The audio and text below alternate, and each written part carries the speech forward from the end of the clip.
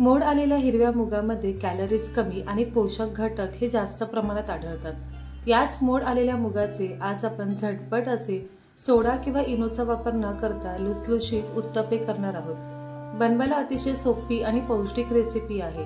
खास करून लहान मुलांना मोड आलेले कडधान्य जास्त आवडत नाही किंवा मुलं कडधान्याची भाजी खाण्यासाठी कंटाळा करतात। तर चला, मुलांचं काय, अगदी लहान मुलांपासून मोठे मंडळी सुद्धा आवडीने हे मुगाचे पौष्टिक उत्तप्पे खातात। मुलांना नाश्त्याला किंवा टिफिनला असे भरपूर व्हेजिटेबल घालून बनवलेला उत्तप्पा तुम्ही देऊ शकता, त्यासोबत खोबऱ्याची चटणी। सुरुवात करूया आजच्या पौष्टिक रेसिपीला आणि पीठ फर्मेंट न करता, सोडा इनो न वापरता हिरव्या मुगाचे उत्तप्पे कसे करायचे हे पुढे पाहून घेऊ। नमस्कार मंडळी, मी वैशाली तुम्हा सर्वांचं आपल्या माऊलीज किचन मध्ये अगदी मनापासून स्वागत करते। उत्तप्पे बनवण्यासाठी इथे आपल्याला मोड आलेले हिरवे मूग हवे, तर मी 1 कप भरून ना मोड आलेले हिरवे मूग घेतले आहेत। तुम्ही कोणतीही एखादी वाटी सेट करा आणि त्या वाटीने पुढील सर्व जिन्नस घेऊ शकतात। मिक्सरच्या भांड्यामध्ये आपण इथे 1 कप मोड आलेले हिरवे मूग घातले आहेत। त्याच कपने इथे मी अर्धा कप ना जाडा रवा घेतला आहे। रवा जाडा बारीक कोणताही घेऊ शकतात। आता आपण यामध्ये पाव कप दही घेणार आहोत। सोबतच इथे मी यामध्ये 2 हिरवी मिरची घालत आहे, 1 इंच आल्याचा तुकडा आणि अर्धा चमचा जिरा घालत आहे। तिखट तुम्ही तुमच्या आवडीप्रमाणे थोडं कमी जास्त करू शकतात। आता यामध्ये सुरुवातीला आपण पाव कप पाणी घेतलं आहे। थोडंसं पाणी घालायचं आणि छान असं आता हे बारीक वाटून घ्यायचं। तर इथे मला हे बारीक करण्यासाठी अर्धा कप पेक्षा थोडं जास्त पाणी लागलं आहे। पाणी घेताना थोडंच घ्यायचं। तर इथे तुम्ही पाहू शकता, जर तुम्ही बोटावर चेक केलं ना, तर जसं आपलं डोश्याचं पीठ असतं ना, त्याच प्रमाणामध्ये आपलं हे सुद्धा बॅटर तयार झालं आहे। आणि तुम्ही हे पाहू शकता की खूप जास्त घट्ट नाही किंवा यामध्ये पाण्याचं प्रमाण सुद्धा खूप ठेवलं नाही। तर इथे आता आपण एका पातेल्यामध्ये सर्व काढल्यावर साधारण फक्त मिनिटभर याला फेटून घ्यायचं। त्यानंतर आपण यावर झाकण ठेवणार आहोत, कारण यामध्ये रवा घातला आहे। रवा छान फुलला ना की आपले उत्तप्पे मस्त लुसलुशीत बनतात। झाकण ठेवून जास्त नाही, फक्त 5 ते 7 मिनिटं आपण हे बाजूला ठेवून देऊ। तोपर्यंत आपण मस्त खोबऱ्याची चटणी कशी करायची ते पाहून घेऊ। तर खोबऱ्याची चटणी करण्यासाठी इथे मी थोडीशी कोथिंबीर घेतली आहे, हिरवी मिरची घेतली आहे, थोडासा आल्याचा तुकडा, 5 ते 6 पाकळ्या मी लसूण घेतला आहे, अर्धी वाटी ओलं खोबरं आणि अर्धा लिंबाचा रस इथे आपण घेणार आहोत। आता यामध्ये चवीनुसार मीठ घालायचं आणि इथे ना मी फुटाण्याची डाळ वापरणार आहे। यामुळे चटणीला खूप छान चव येते। फुटाण्याची डाळ नसेल तर याऐवजी तुम्ही भाजलेले थोडेसे शेंगदाणे घालू शकतात। आता आपण छान हे बारीक करून घेऊ। जितकं लागेल तितकं पाणी घालून इथे मी चटणी व्यवस्थित तयार करून घेतली आहे। आणि पाहू शकता, तुम्हाला घट्ट किंवा पातळ हवी आहे त्याप्रमाणे तुम्ही यामध्ये पाणी ॲड करू शकतात। चला, तर इथे खोबऱ्याची चटणी तयार आहे, पण आता याला आपण मस्त असा तडका देऊन घेऊ। पळीभर तेल गरम झाल्यावर यामध्ये मी थोडीशी मोहरी आणि अर्धा चमचा उडदाची डाळ घेतली आहे। दोन्ही पण छान भाजल्यानंतर यामध्ये 1 मी लाल मिरची आणि थोडासा कढीपत्ता घातला आहे। आता हा तडका आपण खोबऱ्याच्या चटणीवर देऊन घेऊ। तर इथे पहा, मस्त अशी आपली खोबऱ्याची चटणी तयार झाली आहे।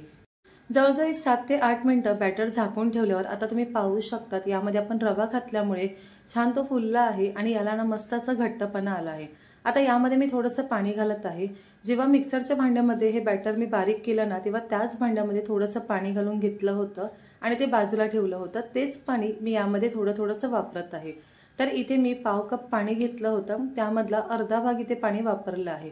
तर इथे तुम्ही पाहू शकतात की आपण जेव्हा डोश्याचं पीठ बनवतो ना, तांदूळ डाळ भिजवून, तर ते जसं बॅटर असतं ना, त्याच प्रमाणात आपल्याला इथे हे मुगाचं बॅटर बनवून घ्यायचं आहे।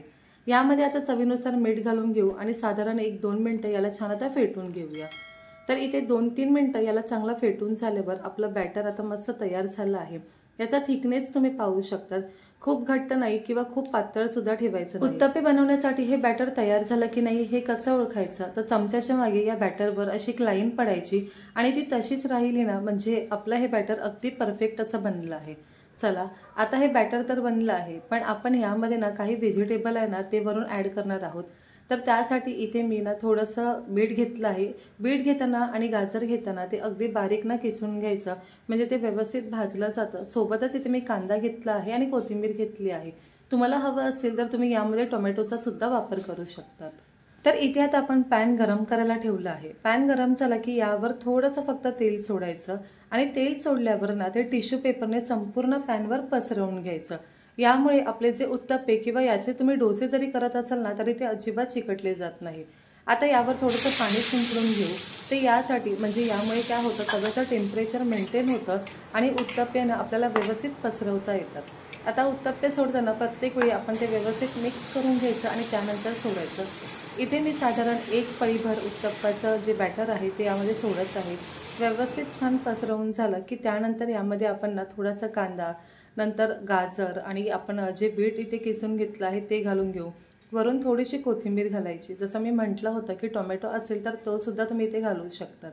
आता यावरनं आपण थोडंसं मीठ घालणार आहोत आणि सोबतच लाल मिरची पावडर आहे ना, ती अगदी थोडीशी स्प्रिंकल करायची आणि वरून थोडंसं तेल सोडायचं. तर इथे आपल्याला उत्तप्पा मंद आचेवर चांगला भाजायचा आहे. याच्या कड्या जोपर्यंत मोकळ्या होत नाही ना, तोपर्यंत आपण तो पलटून घ्यायचा नाही. तर इथे पाहू शकतात उत्तप्पाच्या ज्या कड्या आहेत ना, त्या अगदी छान अशा मोकळ्या झाल्या आहेत. मी इथे आता उत्तप्पा पलटून घेतला आहे. दुसऱ्या बाजूने सुद्धा भाजताना मंद आचेवर छान भाजायचा. तर इथे तुम्ही रंग पाहू शकता की खालची जी बाजू होती किती छान अशी भाजली आहे.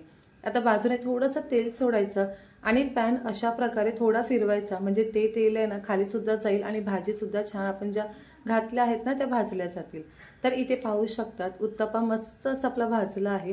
आता अशाच पद्धतीने आपण दुसरासुद्धा उत्तप्पा पॅनमध्ये सोडून घेऊ.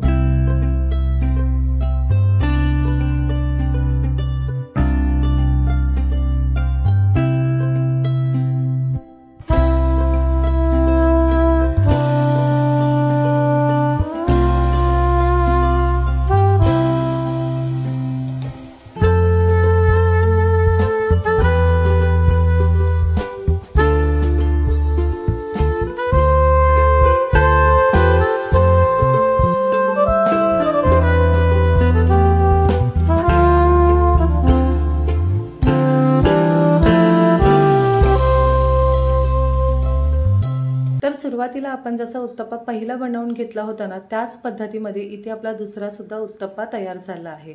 तर तुम्ही पाहू शकता बनवायला अतिशय साधी सोपी रेसिपी आहे, पण चवीला खरंच खूप छान आणि पौष्टिकसुद्धा आहे. तर आपली खोबऱ्याची चटणी आणि उत्तप्पा तयार आहे. मी घेतलेल्या बॅटरपासून ना 6 उत्तप्पे बनले होते. तर आजची ही रेसिपी तुम्हाला कशी वाटली मला कमेंटमध्ये नक्की सांगा. पुन्हा भेटूया अशा छानशा आणि नवीन रेसिपीसोबत. तोपर्यंत स्वादिष्ट खा आणि आस्वाद मिळवा. माऊलीज किचनला लाईक, शेअर आणि सबस्क्राईब करायला विसरू नका. धन्यवाद.